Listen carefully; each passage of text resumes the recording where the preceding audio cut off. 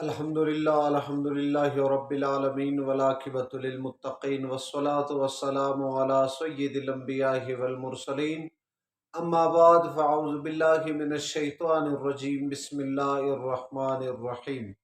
سامعین و سامعات، ناظرین و ناظرات، السلام علیکم ورحمۃ اللہ وبرکاتہ۔ ایک سوال یہ کیا جاتا ہے، کیا سجدہ تلاوت کھڑے ہو کر کرے یا بیٹھ کر بیٹھے ہوئے سجدہ کرے؟ سن لیجئے، دونوں طریقے درست ہے۔ یعنی بیٹھ کر قرآن مجید پڑھ رہے ہو، ابھی سجدہ تلاوت آ گئے تو اسی وقت بیٹھ کے سجدہ تلاوت بھی کر سکتے ہو، یعنی سجدہ بھی کر سکتے ہو اس وقت بیٹھ کے۔ اور افضل طریقہ، اعلیٰ طریقہ، بہترین طریقہ یہ ہے کہ کھڑے ہو کر سجدہ کر لے۔